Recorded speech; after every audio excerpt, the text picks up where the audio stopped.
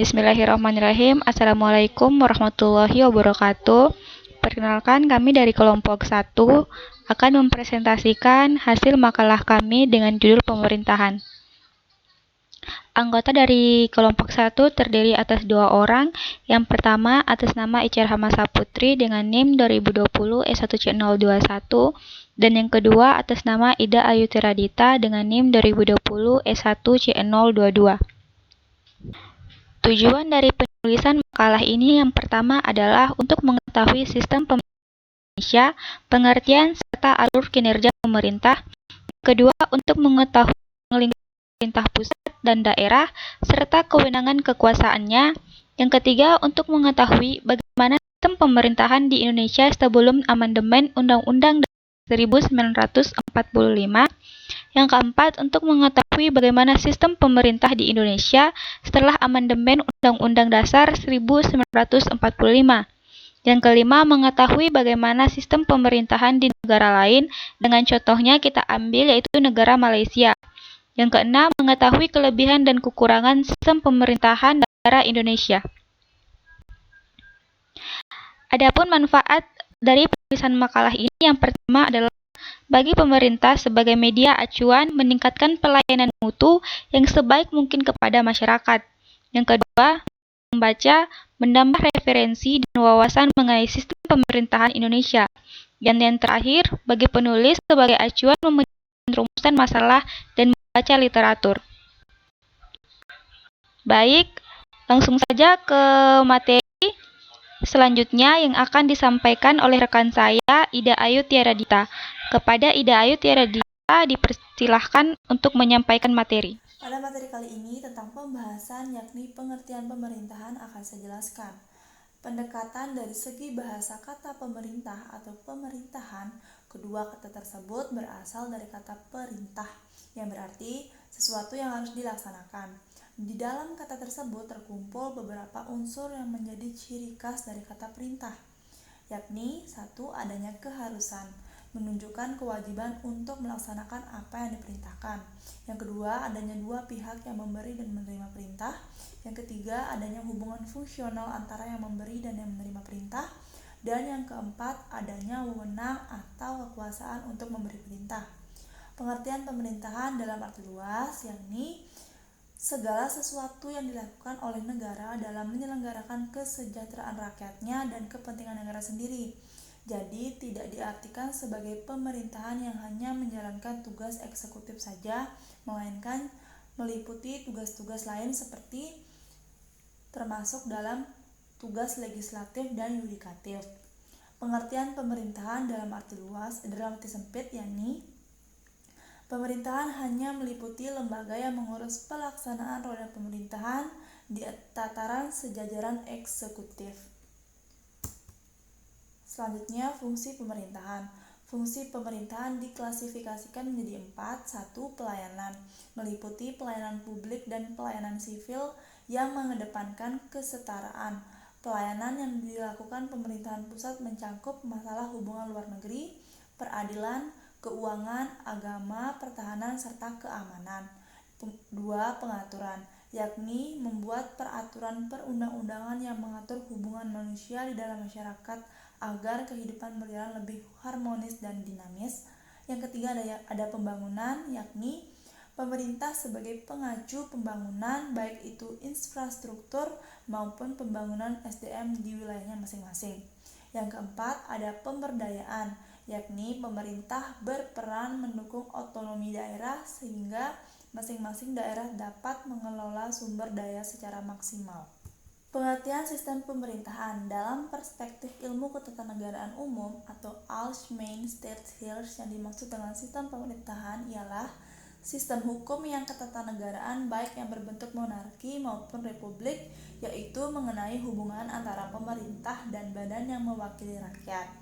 Ditambahkan Mahmud MD, sistem pemerintahan diartikan sebagai sebuah sistem hubungan tata kerja antar lembaga-lembaga negara. Senada dengan pendapat para ahli tersebut, Jimli Ashildi mengemukakan sistem pemerintahan berkaitan dengan pengertian Regierungsstaat, yaitu penyelenggaraan pemerintahan oleh eksekutif dalam hubungannya dengan fungsi legislatif. Artinya, sistem pemerintahan sendiri merupakan kesatuan ornamen pemerintahan yang di dalamnya mencangkup kegiatan-kegiatan dari masing-masing lembaga, baik legislatif, yudikatif, maupun eksekutif. Terkait hubungan kegiatan satu ke yang lainnya, sederhananya sistem pemerintahan merupakan pemerintahan yang terdiri dari subsistem seperti presiden, legislator, dan lain sebagainya.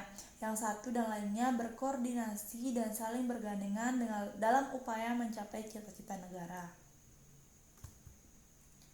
Sistem pemerintahan berkaitan dengan mekanisme yang dilakukan pemerintahan dalam menjalankan tugasnya.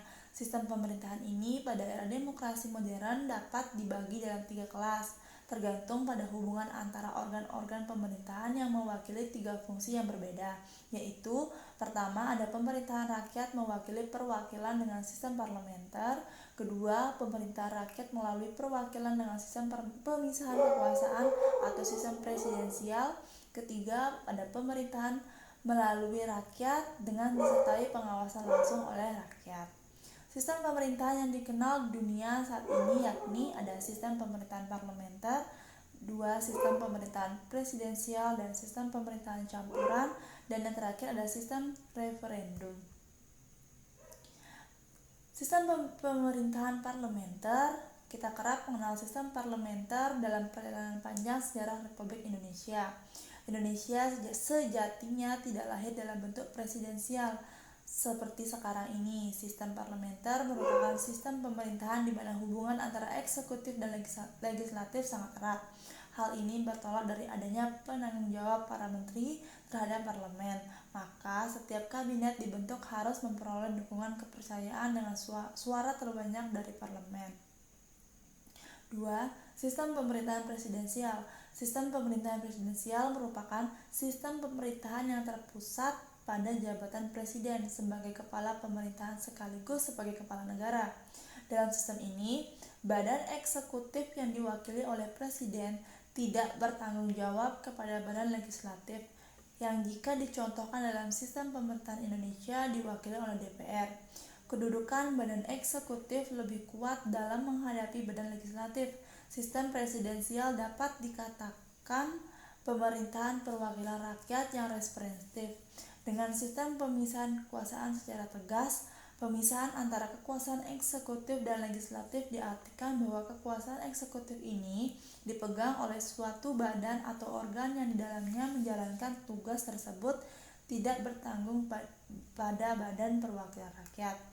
Ciri-ciri pemerintahan presidensial: 1. Kepala negara menjadi kepala pemerintahan atau eksekutif. 2. Pemerintahan tidak bertanggung jawab kepada parlemen, namun bertanggung jawab langsung kepada rakyat yang berdaulat. Dan yang ketiga, menteri-menteri diangkat dan bertanggung jawab kepada presiden. Dan yang terakhir adalah eksekutif dan legislatif sama-sama kuat. Sistem campuran. Sistem campuran pemerintahan atau kuasi adalah sistem pemerintahan di mana di dalamnya terdapat unsur-unsur sistem pemerintahan presidensial dan sistem pemerintahan parlementer tercampur, dan ciri-ciri kedua sistem tersebut sama-sama dianut. Dalam sistem pemerintahan campuran berupaya mencirikan titik temu antara sistem pemerintahan presidensial dan parlementer.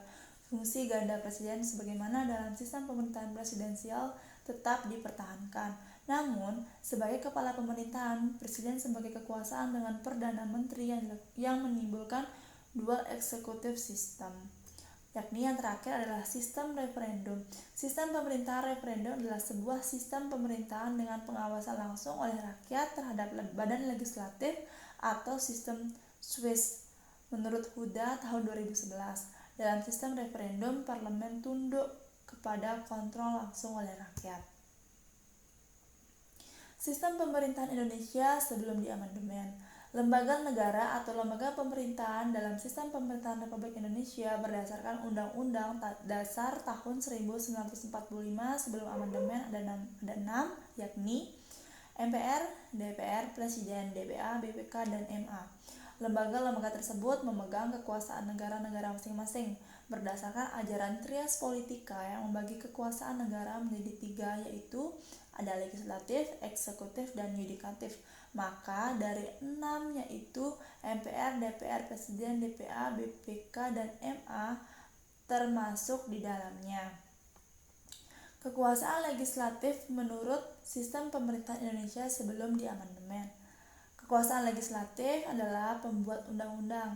Legislatif di Indonesia berdasarkan Undang-Undang Dasar tahun 1945 sebelum amandemen adalah terdiri dari Majelis Permusyawaratan Rakyat atau MPR dan Dewan Perwakilan Rakyat atau DPR. Kedua, kekuasaan eksekutif atau executive power, yakni kekuasaan eksekutif atau executive power adalah kekuasaan melaksanakan undang-undang kekuasaan eksekutif di Indonesia. Yakni yang ketiga, kekuasaan yudikatif. Kekuasaan yudikatif atau kekuasaan kehakiman adalah kekuasaan yang berkewajiban mempertahankan undang-undang dan berhak memberikan peradilan kepada rakyatnya. Yang keempat, kekuasaan konsultatif. Kekuasaan konsultatif adalah kekuasaan yang memberikan nasihat dan pertimbangan kepada eksekutif selaku pelaksanaan undang-undang. Yang terakhir adalah kekuasaan eksaminatif. Kekuasaan eksaminatif adalah kekuasaan terhadap pemeriksaan keuangan negara. Sistem pemerintahan Indonesia sebelum diamandemen. Lembaga negara atau lembaga pemerintahan dalam sistem pemerintahan Republik Indonesia berdasarkan Undang-Undang Dasar tahun 1945 sesudah diamandemen ada 7, yakni MPR, DPR, DPD, Presiden, BPK, MA, dan MK.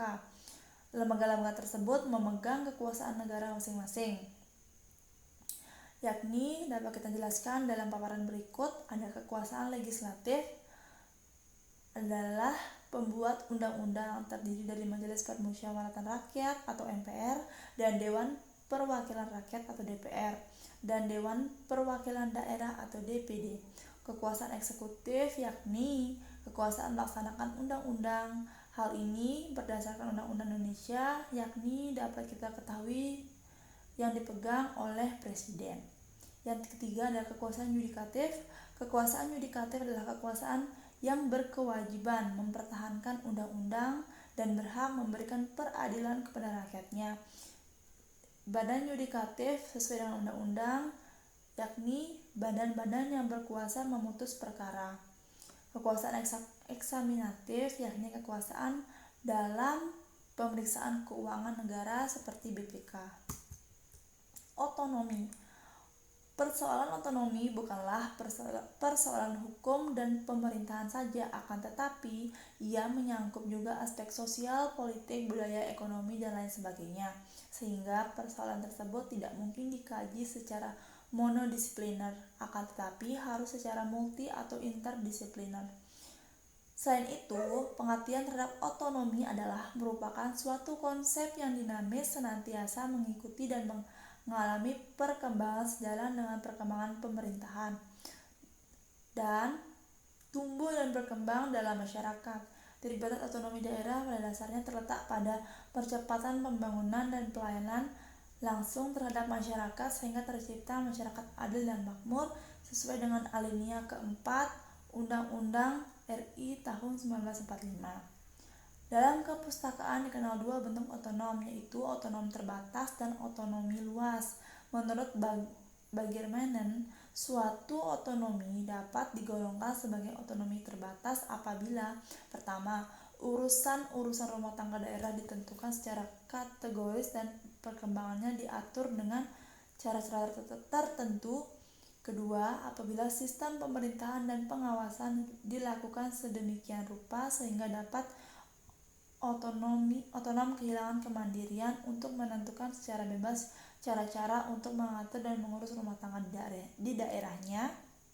Dan yang ketiga, sistem hubungan keuangan antara pusat dan daerah yang menimbulkan hal-hal keterbatasan kemampuan keuangan asli daerah yang akan membatasi ruang gerak otonomi daerah. Berlainan dengan konsep otonomi luas yang biasa bertolak dari prinsip semua urusan pemerintahan pada dasarnya menjadi urusan rumah tangga daerah, kecuali yang ditentukan sebagai urusan pemerintah pusat. Sebelum dikeluarkannya Undang-Undang Nomor 22 Tahun 1999, di daerah otonom merupakan daerah kabupaten dengan sebutan tingkat 2 atau Dati 2 dan wilayah administratif provinsi dengan sebutan daerah tingkat 1 atau Dati 1 Namun, dengan dikeluarkannya undang-undang tersebut, maka istilah daerah tingkat 2 diganti menjadi kabupaten atau kota, sedangkan istilah daerah tingkat 1 diganti menjadi daerah provinsi. Akan tetapi, walaupun adanya penggunaan istilah tingkatan yang pada dasarnya sebagai pengaruh dari konsep pembagian bentuk daerah, dalam implementasi tetap dikatakan sebagai daerah otonom dan pemerintahannya disebut sebagai pemerintahan daerah otonom. Selanjutnya, guna memperlancar pelaksanaan pemerintahan daerah tersebut, maka asas-asas yang digunakan yaitu asas desentralisasi, dekonsentrasi, dan tugas kesatuan atau made be one. Selanjutnya, untuk materi pembagian kewenangan pemerintahan pusat dan daerah akan disampaikan oleh teman saya Ice Rahma Saputri. Sekian paparan materi saya, terima kasih. Baik, selanjutnya akan saya lanjutkan dengan materi pembagian kewenangan pemerintah pusat dan daerah. Salah satu unsur penting dalam hubungan pusat daerah adalah pembagian kewenangan secara yuridis. Pembagian kewenangan ini oleh undang-undang diatur sebagai suatu pemerintahan. Klasifikasi urusan pemerintahan secara khusus diatur dalam pasal 9 yang meliputi urusan pemerintahan absolut, urusan pemerintahan konkuren, dan urusan pemerintahan umum. Ketentuan tersebut secara rinci diatur sebagai berikut. A. Urusan pemerintahan absolut. Urusan pemerintahan absolut dimaksudkan sebagai urusan pemerintahan yang sepenuhnya menjadi kewenangan pusat dan oleh karena itu tidak berhubungan dengan asas desentralisasi atau otonomi. Urusan pemerintahan absolut yang sepenuhnya menjadi kewenangan pemerintah pusat dalam pasal 10 ayat 1 antara lain 1. Politik luar negeri, 2. Keamanan, 3. Justisi, 4. Moneter dan fiskal nasional, dan agama. Dalam ketentuan selanjutnya diatur bahwa pemerintah pusat dalam melaksanakan kewenangan absolut ini dapat melaksanakan sendiri atau melimpahkannya kepada pemerintah daerah berdasarkan asas demokrasi. B. Urusan pemerintah konkuren sebagaimana bunyi pasal 9 ayat 3 Undang-Undang Nomor 23 Tahun 2014. Urusan pemerintahan konkuren dimaksudkan sebagai urusan pemerintahan yang dibagi antara pemerintah pusat dan pemerintah daerah, yaitu provinsi dan kabupaten atau kota. Urusan wajib yang berkaitan dengan pelayanan dasar antara lain A. Pendidikan, B. Kesehatan, C. Pekerjaan umum dan penataan ruang, D. Perumahan rakyat dan kawasan pemukiman, E. Ketentraman, ketertiban umum, dan perlindungan masyarakat dan sosial. 2. Urusan pemerintahan wajib yang tidak dapat berkaitan dengan pelayanan dasar antara lain A. Tenaga kerja, B. Pemberdayaan perempuan dan perlindungan anak, C. Pangan, D. Pertahanan, E. Lingkungan hidup, F. Administrasi kependudukan dan pencatatan sipil, G. Pemberdayaan masyarakat dan desa.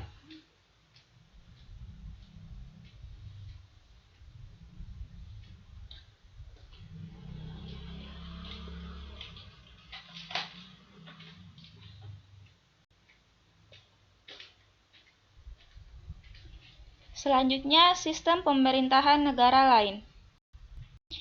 Di sini kita ambil contoh sistem pemerintahan di negara Malaysia.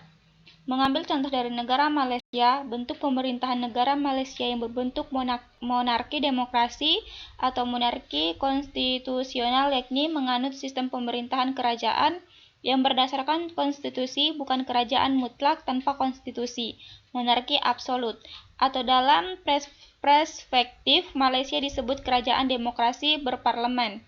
Demokrasi bermakna rakyat yang berkuasa, yaitu kerajaan yang memerintah dipilih oleh rakyat dan untuk rakyat, dan demokrasi berparlemen adalah perwakilan di mana pendapat rakyat dapat disalurkan melalui wakil-wakil rakyat yang dipilih oleh rakyat secara langsung melalui pilihan raya. Artinya, pelembagaan kemerdekaan 1957 mengekalkan kedaulatan Raja-Raja Melayu. Sistem federal yang membagi kekuasaan pemerintah federal dan pemerintahan negara bagian. Pembagian kekuasaan ini tercantum dalam Undang-Undang Federal.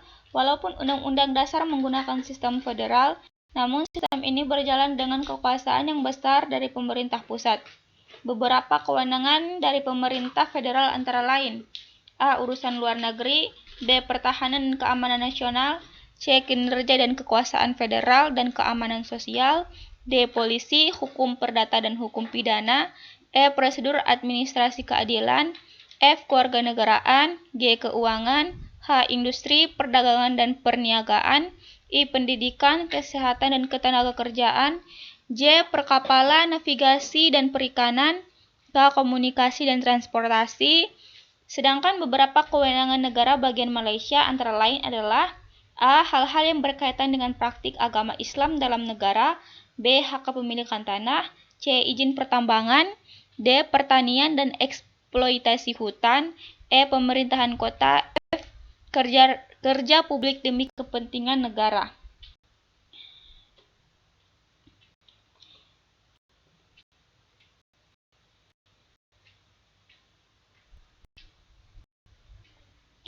Sedangkan di Indonesia, pembagian urusan pemerintahan antara pemerintah dan pemerintah daerah di Indonesia diatur dalam Pasal 10 Undang-Undang Nomor 32 Tahun 2004 tentang Pemerintahan Daerah, bahwa pemerintahan daerah menyelenggarakan urusan pemerintahan yang menjadi kewenangannya, kecuali urusan pemerintah yang oleh undang-undang ini ditentukan menjadi urusan pemerintah.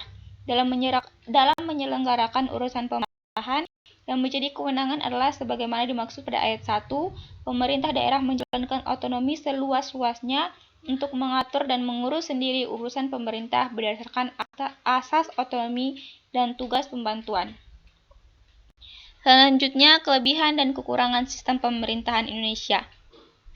Yang pertama adalah kelebihan dari sistem pemerintahan di Indonesia yang menganut sistem presidensial, yaitu badan eksekutif lebih stabil kedudukannya sebab tidak tergantung pada parlemen. 2. Bahwa seorang menteri tidak dapat dijatuhkan parlemen karena bertanggung jawab kepada presiden. 3. Pemerintah dapat leluasa karena tidak ada bayang-bayang krisis kabinet. Yang 4.